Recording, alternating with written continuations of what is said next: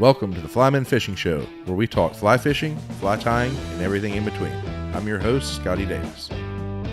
What's new? Oh, nothing much, man. Just working. Nice. Did you get that article written today?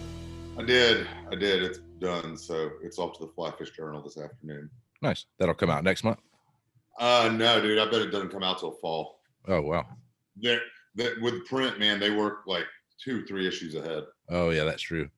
Let me go close the door to my office. Yeah. All right. Now you have my full and undivided attention. I doubt it, but we'll see. I know. Y'all got a flood tide coming up, don't you? I think so. Okay. I think early next week. I need to take my boat to get serviced. There was like a clicking in the motor last time I ran it. What do you mean? It sounded like a playing card in a spoke. Might be something in your impeller. Might be in the impeller. I heard it might be air in the system. Like I need to bleed the system and redo the bulb, or just repack the bulb. Yeah. Or it might be the power heads going. Those are the three things. That's no good. How old's the motor? I mean, it's still got 2 years on the warranty, and I got less than 100 hours on it. Oh, wow. So, but it's an Evinrude. I don't know. Yeah. Yeah, they're out of business now, right? Yeah, good. That was really helpful. Yeah, I guess they're going to honor all the old warranties. They're honoring all the warranties, but I got to take it all the way out to Tuxedo Lake, way on the other side of Brevard. They're they're the closest people that service Evinrude. Yeah. What is that, a 60? 60, yeah. Yeah, that's a good motor. Yeah, man, dude. It's really light. It's like, the power head on it's so small compared to like a Yamaha 4-stroke, you know? Yeah. Yeah, it was, I'm surprised they went out of business. That's like one of the oldest motor manufacturers. Johnson's done too? Well, yeah, dude, Johnson was Evinrude at that point. Weren't they bought by Sea-Doo? Maybe. I don't know. I think it was an English company. Bombardier or something. Yeah, something like that. Well, sweet. Well, the new issue looks great. Thanks, man. Appreciate it. Yeah. I like how it starts with the editor's note with you with the shad fang going on. Oh, yeah. Yeah. Like angry walrus with minnows. I know, man. Every fish we caught that day just kept puking shad up in the boat. Like, I looked down in the boat while we were having lunch. There was like 6 of them around me. Oh, great Lord. Stripers and white bass? Hybrid white bass, carp were eating them, gar were eating them. It was like a crazy shad explosion on the spot. That gar picture in the issue was crazy, man. Were they all like in one little cove or something? Dude, it was like this one little cove by the dam, and there was like some riprap. And apparently gar, when they spawn, they'll knock themselves up against the riprap to like loosen their egg sacs or whatever. And so I've never seen gar spawn. It was the first time I ever saw that shit. But yeah, dude, there was like 100 of them, and they were just tailing right on this like little riprap bank, like ridge. And some of them were eating and some of them were just screwing, but they were all tailing like crazy. Huh. They weren't eating, obviously. Dude, it was crazy. Like the carp, the gar, white bass, and striper or hybrid. It was all within like a 200-yard area square of the dam. So you just kind of bopped around like from one spot to the next, like, oh, over here's some carp eating a river of shad. Here, let's go catch another hybrid. Yeah, it's pretty crazy. Bad day to be a shad. I know, man. It's like a 2-month deal up there. So the ones you put in your mouth were actually regurgitated? They were regurgitated from white bass and hybrid. And you do not have a lip infection? No, I'm good. I was like a little baby bird. That mama bird just picked me up some shad. Yeah, heck yeah. Yeah, so that was a good way to start it, man. That was funny as hell. Slitsky and I were dying reading it at work. And Lindsay wrote a haiku, your wife? Well, someone else was supposed to write the haiku as usual. And at the last minute, Lindsay, that person shat the bed on us. So I was like, Lindsay's an excellent writer. And I asked her if she wanted to do the haiku.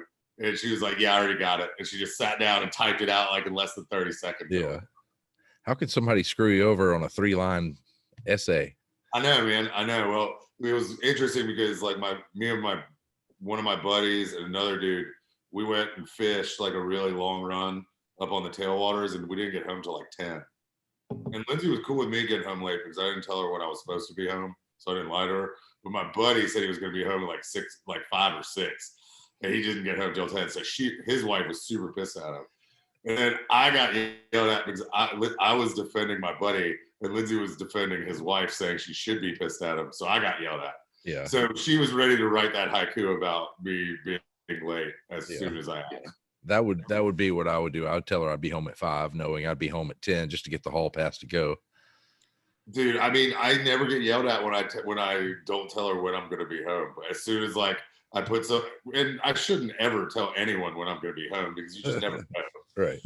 I mean, dude, when we lived in Colorado, I used to put down the wrong takeout on the shuttle driver's clipboard by accident, like the wrong letter abbreviation. And it would mean my truck wound up like 15 miles farther downriver than I intended. And it was in this gnarly canyon where it took at least 45 minutes of driving to get to cell service. So by the time I get to cell service, it was midnight. Yeah. And Lindsay was about to call like search and rescue. Like it was getting gnarly. She was about to call the sheriff's office. And that like kind of scared the everyone shit out of her for the rest of her life about that. Yeah. She puts up with a lot. She does. She's a good one. One of my oldest memories of you was that when Reba used to do that Western North Carolina fly fishing expo. Yeah. I guess she was out of town and you just forgot to mention that 16 or 17 big, hairy, smelly, hungover dudes would be living on the couches. And you got the tattoo that same day too, right? Yeah. My first encounter with Pig Farm and Jay Johnson. All Pig Farm stayed at my house. Jay gave me a tattoo in the parking lot, and Lindsay was out of town, and I was supposed to leave for a steelhead trip up in upstate New York. Like we were supposed to 2 ships passing in the night, never seeing each other, and then there was a freak ice storm, so I wound up having to stay in Asheville for an extra day. And she got home and found out about the tattoo. Then instead of a week later, it was not good. She saw it. She saw it. You didn't? Did you tell her, or did she just walk in? No, she saw it when she got home. It was like getting busted by my parents. Yeah, if you're familiar with Pig Farm, they're not the no, it wasn't one of their good tattoos. Yeah, well, those are the good ones. The bad ones. Yeah, those are actually, I guess, the good ones. Yeah, but Jay did it by freehand. He didn't stencil it, so it's a little bit gnarlier than some of the others. I heard he just bought a panga. Yeah, well, he's got a deal with Bahio sunglasses, and they're doing a bunch of stuff together. They helped him put a new engine in the bus, so he's mobile again. Nice. And then he came down in New Smyrna. He's got like a 16-foot panga with a 25.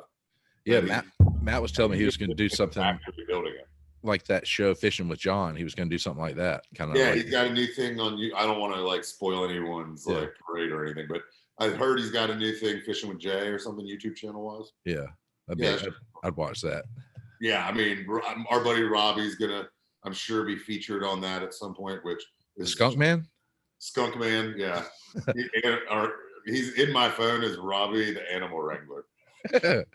Yeah, I guess the first time I met him, he had recently like hand grabbed a skunk and was walking through the field like with a skunk in his hands. And, oh yeah, man, I got texts down in the field that night. Yeah, he got sprayed. His dog got sprayed. Yeah, he said he was very close to a barehanded a porcupine recently. Got to grab him by the belly. I guess it'd be all right. Yeah, man, he lived with me for like 6 months this winter because he was bartending down in Birmingham. COVID hit. He lost his gig down there, so he wound up being a carpenter for me up here. Nice. All through the winter and some of the spring. But yeah, you can't go anywhere with that dude without like him side-eyeing some squirrel, like jumping out of the car full speed to chase it down. Right. Yeah. He's a trip. Yeah, dude. But no, yeah. So Jay's getting that little panga. I don't know. It's 25 horse on a panga. I don't know how. It'll probably move. I told him to stay. I don't want to stay out of oceanside stuff. Yeah. Yeah, I'm sure it'll move. Well, the good thing about those type pangas is I think you can beach them. You know, if you see those guys in Mexico, they turn them around on the beach and drag them back out there. Yeah, dude, that's where they keep them at night. That's crazy, man. Yeah. I can't think that sand would be good for the fiberglass. Dude, we came pretty close to buying a lodge down in Mexico recently. Who, SCOF did? Well, me, Steve, and Danny Reed from Crooked Creek College. Oh, nice. We found in Ishkalak. Oh, heck yeah. Dude, it's like this place right in town on the beach, like on the town beach. The Spanish dude like was gonna run it as a B&B. It's got 7 bedrooms and an apartment for the owner. Yeah, the dude only wants $250 for it. What? And it was just renovated like 3 years ago. Is there anybody listening? Go buy a permit resort in Black. Yeah, I'll come down there and be your resident personality. Right. Yeah, write a story for him. Yeah, exactly. Yeah. So, but then we all realized, like, I have 2 kids. Steve's got his daughter like for another couple years. Danny's got his son for another couple years before he goes to college. So us buying a place in Mexico right now just didn't make that much sense. Well, yeah, most things don't when you overanalyze them. I know. How's his new store doing?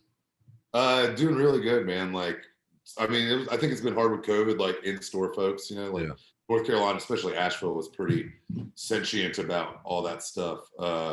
But yeah, man, the governor just dropped all the mask stuff, dropped all the maximum amount of people in places.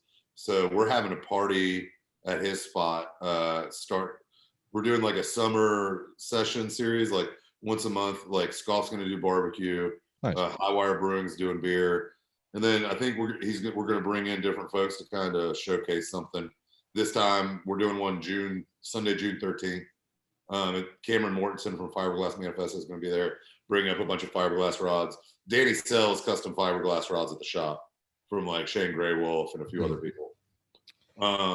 So yeah, we'll be doing that. So I think he always kind of envisioned the shop to be a community spot. I think he's super excited to be able to start doing all that community stuff he's kind of had to put on hold since he opened.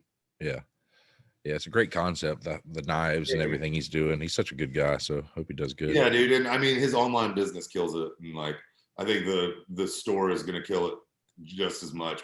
And he's got such a big following coming from the tattoo world for stuff that I think it's just it's a win-win for him, you know. Yeah, and it's super unique. I mean, you can look at his stuff and be like, oh, that's Danny's.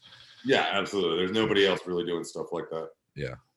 Well, back to the magazine. How did it all start? How did you and Steve kind of come up with this idea? And I guess it goes back like 9-10 years ago. I just moved back to Asheville, North Carolina, where I live now, from Colorado, being out there a while, and my hand was kind of forced by the giant recession back in those days. So I lost my gig out there, had to move home, wound up in Asheville with my wife. And so I went back to grad school, and while I was in grad school, I was guiding full-time for a shop here in Asheville. And I was also working at the shop. Steve was a full-time artist in town for a long time, and he fly fished a bunch. And so we wound up meeting when I was working at the shop, and he was a customer. And then we wound up realizing our personalities kind of went together pretty well, being two I always like parts and matches. Exactly. And then, we started hanging out. I started putting the I'm on break sign on the front door of the shop, and we started hanging out behind the shop a little bit. Realized we had common interests behind the shop as well. Yeah. So at that time, man, I'd been writing for a couple blogs and did my own blog for a little bit. And it was right when like digital magazines started coming out. Yeah. This Is Fly and Catch magazine were out at the time. There was one like Sleeping in Dirt, Arenado used to have. So from that perspective, like I knew I kind of wanted to do something more than a blog, but I didn't want to throw a ton of money, like a print magazine, at it. Plus I'd never been in publishing or magazines. My wife is a magazine editor, so she was giving us advice from that end of the business. But yeah, man, Steve had been a photographer before he was like a paint canvas artist. He'd gone to photography school before he transferred to art school, like halfway through college. It had been out of photography for a while. So from his perspective, the magazine gave him a chance to start shooting again, which he liked. And from my perspective, it gave me a chance to write and not have to worry about submitting things to people, which, I'm not the best at correspondence, and back then mailing of things with stamps and envelopes and licking things. Deadlines and such. So we decided to start our own thing for the Southeast, which at the time, man, like nothing had really ever been done for the Southeast. Even in print, you got a random story every once in a while, like about Tennessee tailwaters, or you got like a decent amount of stories about the Keys and like the bonefish and tarpon and permit down there. But nothing in between, and like living in the South our whole lives, we knew kind of how cool a scene we had around here and how diverse it was, both from like, scenery, from mountains to the ocean, from species, like all the way from like redfish to permit to bass to trout, and so we wanted to kind of put together good writing and good photography for the South, and thought there was a niche for it because no one had really ever done it before. Right. Yeah, I guess that's where it all kind of started from. Yeah. And then when people started giving us free shit, we just got greedy and kept it going. Like, hey, this actually might work. hey, this might work. I get some shit in the mail every once in a while. I know that's when I met you. I had just started the fly shop, and me and Michael Bruner were just sitting there trying to figure out how we were going to do it. You and Steve rolled up and had that little lemon sticker, the Hardy Perfect Reel with the lemon sticker. We're like, hey, we're starting a magazine. Can we put the sticker on the door? We're like, hell yeah. That was the first sticker on the mini sticker window. And oh yeah, dude, like all good fly fishermen, we had stickers before we ever had anything to show for our company. Yeah. So yeah, we were going around to random shops. I remember we crashed the Western North Carolina Fly Fishing Expo before we had a magazine and just gave out stickers to everyone at the expo. And that was before Reba was running. I remember someone like asking me if I had a booth, and I just like took off running. Right. Or like the at ICAST when you had the SCOF headquarters in the men's room. Dude, we wanted to throw a brunch in the men's room. Like a Bloody Mary bar. Like they have that like perfect table where you change the babies. Yeah. Oh yeah. You fold that thing down, you set up your Bloody Mary bar, you get some like crackers with some cheese whiz because you are in a bathroom. You don't want to make it too classy on the catering end. And I think we would have had a lovely Southern tailgate style cocktail party in the men's room of IFTD. While we're on that subject, it was just recently brought to my attention that you used to be in the pee business. The pee business? Yeah. Slitsky told me you used to sell urine. No, that's not true. That's not you? No, that's not me. I used to know a dude in Fort Mill, South Carolina who would sell you urine. Oh, gotcha. He had all kinds of different urines. Like you could be a pregnant African-American lady, age 50. He had urine for you. Like you could be a dude with one kidney. He'd have urine for you. Like he just mined clean urine from the community. Oh, we kept it in a big fridge you could buy it from. You're in the pee business. Yeah. Now, yeah, I mean, I've done the fake. I never actually had to buy a real pee. The fake pee always seemed to work. Yeah. Yeah. Well, sweet. So how'd you come up with the new issue, the scratch and sniff theme to it? Man, you know, it's usually like we kind of have never actually held ourselves to doing anything with the theme in the issue. It's always been completely separate and random. It's just something usually that makes us giggle. Right. I kind of, and Steve's older than me, but we kind of grew up around the same stuff. So a lot of our jokes just come from our childhood and shit we miss seeing. We thought it'd be really funny, like as a joke, you know, because you can't really make a computer or a phone emit a smell, but maybe we could get like one dude to see that and really start scratching his screen and to email us complaining about how that shit wasn't working and wanting his money back for the free magazine. Yeah. So and then I found like an old school sticker book, like in my daughter's shit, that it had a unicorn. So I was like, we should take the unicorn out, put the monkey in, but put a unicorn horn on the monkey. Oh, there you go. So pretty much that's how the sausage is made as far as that goes. Yeah. It's not that impressive, but you know, but between Steve and I, we usually can come up with something before the last minute. Yeah. Speaking of sausage, whose idea was to do a hot dog history and review in this issue? That was a buddy of ours, John.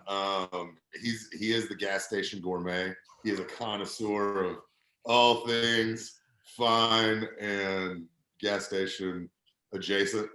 Yeah, he did chips on our website, which everyone should check out our new website, by the way. And so he's doing it over there and he's doing it on this. We're trying to figure out what he's going to do next. Like like I always love shit at gas stations that don't belong at gas stations. Right. Like I always like shit on fast food menus that doesn't belong at the restaurant you're going to, you know, like why does Jack in the Box have egg rolls? I have to try the egg rolls now. If you're going to have them on the menu, you're really making a statement. Yeah. So maybe you're going to look for like the real finds in a gas station, you know, like your pickled eggs, your hot sausages. Oh yeah. You know, your walk on the wild side. So we might see more of that. We might see more of that. We might see like gas station first aid, like what to go for first in the first aid. Like, oh yeah, Goody's headache powder. Got to go for that first. Yeah. You know, like every once in a while you'll see a gauze pad. Go and grab that. You're going to need it at some point. That's true. Yeah. Tampons for the tampons. You know, we could probably do a whole thing on fried pork skins, chitterings, skins. Yeah. Barbecue versus salt and pepper. You know, it's a deep dive into a gas station once you really want to get into it. All Southern things. All Southern things. I mean, I know you have. I have. There's been periods of my life where I've survived on gas station fare. Oh yeah, when I was guiding, that's all it was those toast cheese crackers and butter cheese crackers and Dude, to this day, I still stop at a gas station on the way to the river and get it like a sandwich and a biscuit, smokes. Yeah. At least a 12-pack of beer plus probably a 6-pack of Tall Boys because in case anybody else needs one. Like it's the way station of life. That's true. That's true. So, y'all kind of ventured out there. It hasn't all your articles haven't been based on the South. You've done a couple little travel pieces out. Yeah, man. Yeah, like we get invitations every once in a while to get outside the South, and we always say yes to them. So if anyone out there is listening, go and throw some our way. They will come fish with you. Yeah, and I'll come fish with you. But like we've done some stuff. Like we did some features down in Belize and Mexico and stuff like that. I mean, we live in the South, but like it's an easy flight in the South to get to a lot of pretty cool places too. And with the new website, you'll probably start seeing a little more focus outside of the South. Not focus, but kind of inclusion outside of the South. Like we've done stories out West. We'd like to get some stuff from out there going back again. I haven't been out in a couple years. I'm overdue. But, like we've kind of taken it from where we started focusing, where it was more geographically South. I think we've kind of evolved to realizing that, the more people we hang out with, whether it's from the South or whether it's people from the South living in other places outside the South, we all kind of have the same sensibility, like a similar sense of humor, a shared set of experiences, in our young lives, like in a shared set of fishing experiences if we fished around here enough. So we're kind of taking that sense. We're trying to take that sensibility and not necessarily limit ourselves geographically, but take that sensibility to other cool shit outside of the Mason-Dixon line. Nice. Yeah. Spread the love. Yeah. Yeah. What else was I about to ask you? How's the Asheville fishing? Have you been around there? Yeah, man. Tennessee tailwaters are pretty much like going like clockwork. The whole early sulfurs are good. The caddis hatch I missed again somehow. Like I don't know. There was like it's so hit or miss. Once every 4 or 5 years, you get the exact day right when you should be there, and you get the availability to be there. The sulfur hatch, is that sporadic? That comes and goes, doesn't it? Yeah, man, it's all summer long. Don't get me wrong; it's not every day. It's not good every day all summer, but it's a large amount of good days during the summer, sulfurs wise, especially South Holston. Watauga, they peter out a little bit more, but right now, man, is those early sulfurs. Like there's the Dorotheas and the Varias 16s, and like you get 16s in the beginning of the season, and they go down to 18s. Right now, we're seeing 14s and 16s, and the fish haven't seen them in like 6 months. So it's really good right now when you catch them right. Thank you. And then the smallmouth, spring wise, we always get flushed with water, so it's kind of dodging blown out rivers. But it's just starting to get cranked up pretty good. I know Virginia had a really good pre-spawn bite this year. Some pigs I saw Blaine taking some pigs up there. Yeah. But yeah, man, no. So far it's been good around Asheville. Nice. I need to come up. We're looking to do a lot more smallmouth and carp stuff this summer. We're still waiting on the cicada hatch to get going really good. Everyone's starting to see them, but that cold snap we had kind of probably shut them down for the progression. So, but it's supposed to be in the 90s up here, like upper 80s by the end of the week. So hopefully that'll kick that into progression. And then you'll go carp fishing or smallmouth fishing? Man, I really want to get a striper. So it's going to be like where we see them. I'm thinking Knoxville will get them pretty good. I've got my eye on a couple other lakes in North Carolina that one has historically got them, one's predicted to get them, and those both have striper. A striper on a cicada? Yeah, dude, striper and cicada. When they were on Smith Mountain, like it was kind of like you get one shot a day at a striper that would eat one. You know what I mean? Yeah. But yeah, mostly carp. A lot of catfish. Smallmouth will eat them. Yeah. We tend to see them, at least in my experience, man. I've never caught them really good on a river. It's always been lakes. So, if you got largemouth in lake, smallmouth in lake, they'll get them. Yeah. Last time it happened in North Carolina, grass carp were eating them. Like big 40-pound grassies, which never eat anything besides vegetation. We're coming up slurping them. That's awesome. Yeah. So we'll get into that as much as we can while it's good, Yeah. Heck yeah. So you have smallmouth in that lake around Asheville that y'all took me to? which one did we take you to? It was Lake James. Oh yeah, there's some small. That lake is actually really good smallmouth. Yeah. There's good carp in there. There's muskie up in there too. Nice. Yeah, that's one of the lakes I'm hoping gets it. It got it on the 13-year brood last time. That's where those grassies were crushing. Nice. This is what, 16 or 16 years, 17 years, something like that. This is the 17-year brood X, brood 10. That's the biggest hatch or whatever. Yeah, it's like the most prolific and most spread out. Like DC's aren't even getting it good from what I hear. But it's just like, oh, do I want to drag my boat all the way up to DC when it's probably gonna be an hour and a half away and in a week or two. So I've got my cicada spies out. Over the years of cicadas, I've developed a network of dudes that are down for cicadas, and we tend to keep each other informed. Like the last time up in Virginia, I was on it. I kind of hit it right at the tail end. It was like good carp days, but not great cicada days. Yeah. It was one lake, and it was like 4 banks on that lake had them really good, and we all got on it too quick and beat the ever living hell out of it. And they were a little bit wise to it by the time I got up there. So the cicadas themselves will find a particular bank and hang out there, or they'll hatch from that side. Like it's a lot of it's the trees. Like you want tree line banks, just that draws them. But other than that, man, I am no entomologist nor biologist, but definitely like I don't know. Like the first time I ever saw him in Virginia, it was Blaine. He told me to come up there, and he was guiding a trip. And he told me to come early so he could show me on the map like a couple coves to go because I had my own boat and with another buddy of mine. And I got there, and of course Blaine met his clients early and was motoring out of the ramp. Like when I got there, I'm like, dude, I don't know where I'm going. Right. What are you doing? He's like, just go to the next cove and start listening to the trees. You'll hear them, and then start looking for fish. And that was all you had to do. And that's all we did last time was drive around, listening to trees, looking for fish. Yeah. So I've never done it. They're falling out of the trees. Is that what's happening? They're coming out of the trees, and they'll fall into the water, and then they'll get stuck on the water. Yeah.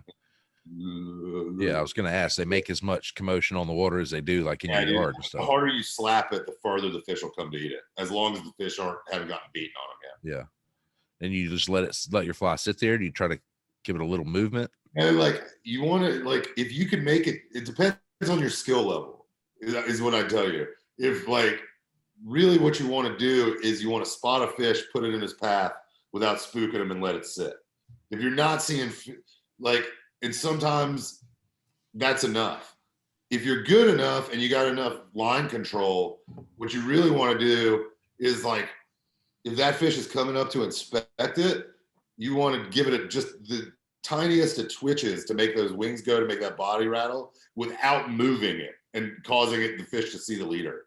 You know what I mean? So it's almost like it's just the tiniest of little twitches. If you move it too much and you actually move the fly unnaturally, you'll blow the whole thing. You know what I mean? So if you're good at twitching a fly, twitch the fly at the end to seal the deal. If you don't feel like he's going to eat it on the drift. Right. Otherwise, leave the damn thing alone.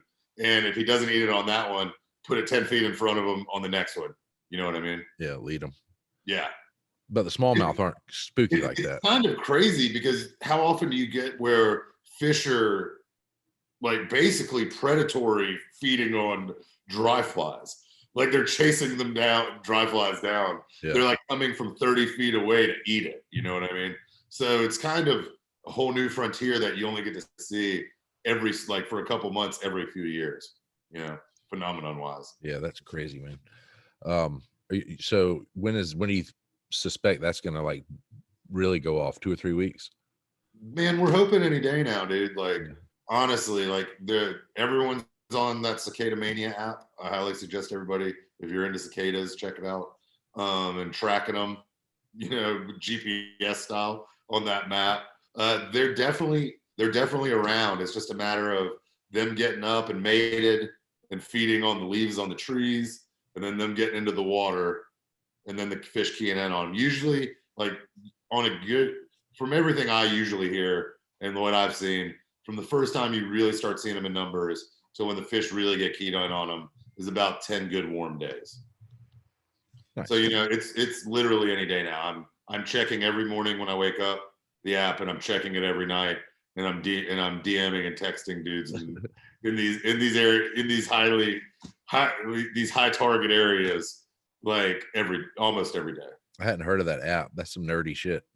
Oh yeah, dude. It was some college folks put it out, like some college biology department put it out. You can like put pictures and videos, and like it'll keep track of how many sightings like on a GPS map. It's pretty sweet. Oh, that's cool.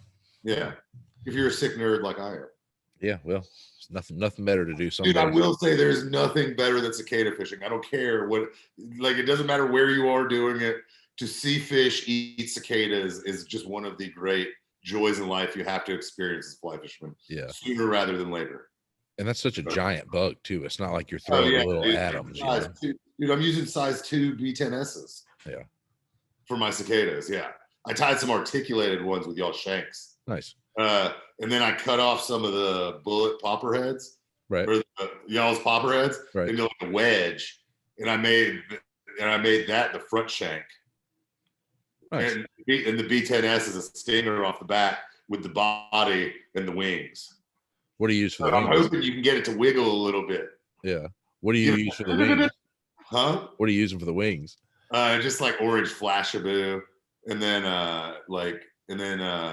white DNA. Nice. Over the top of that. Well, yeah, let me know when that comes up. I might get a hall pass and come fish with you. Yeah, man, definitely. How's the striper been? You've been hitting? We went to the lake. I guess that's been about 3 weeks and just crushed them. I mean, absolutely crushed them.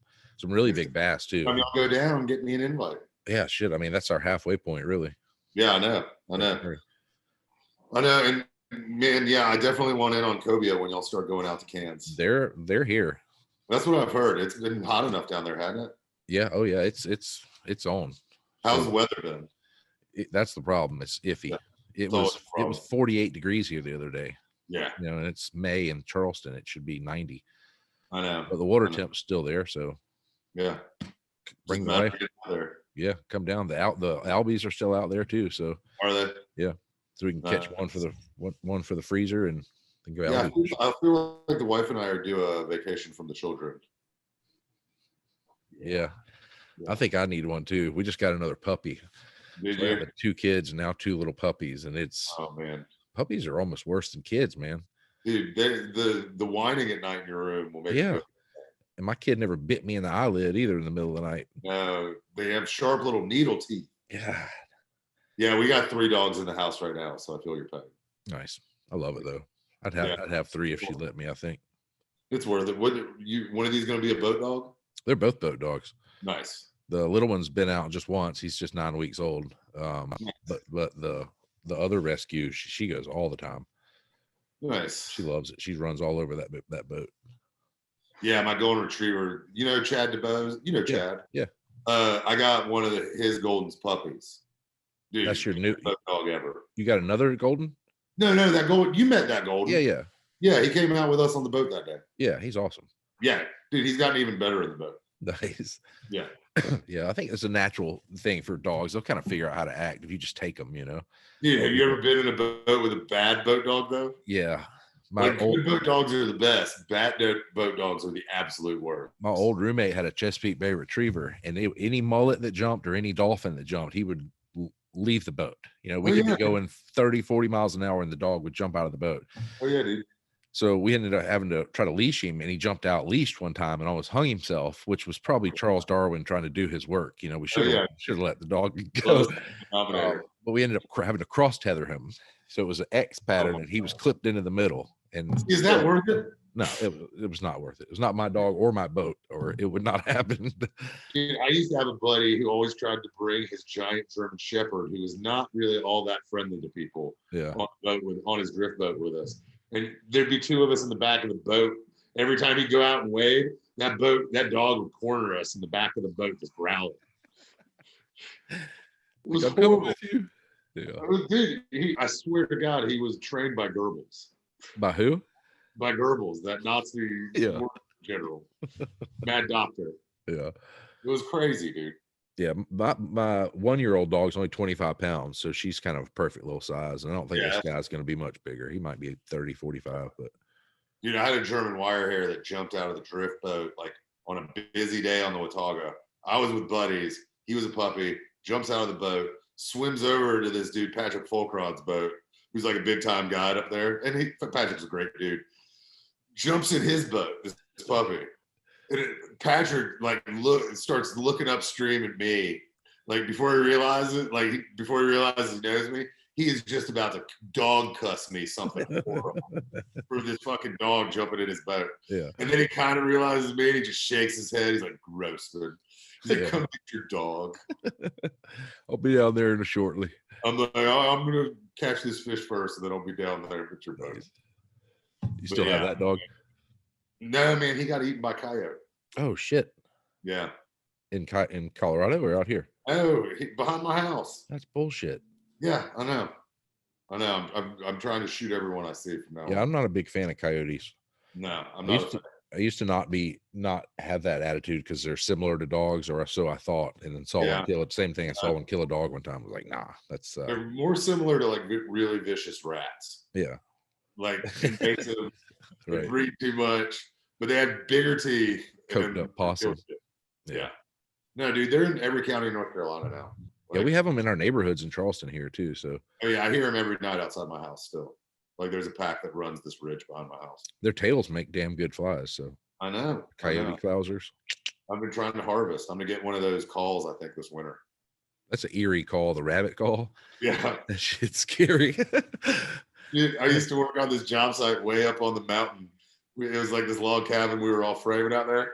And this one dude, he brought his coyote call out there, the remote one, and he set it up like kind of in the woods next to the house.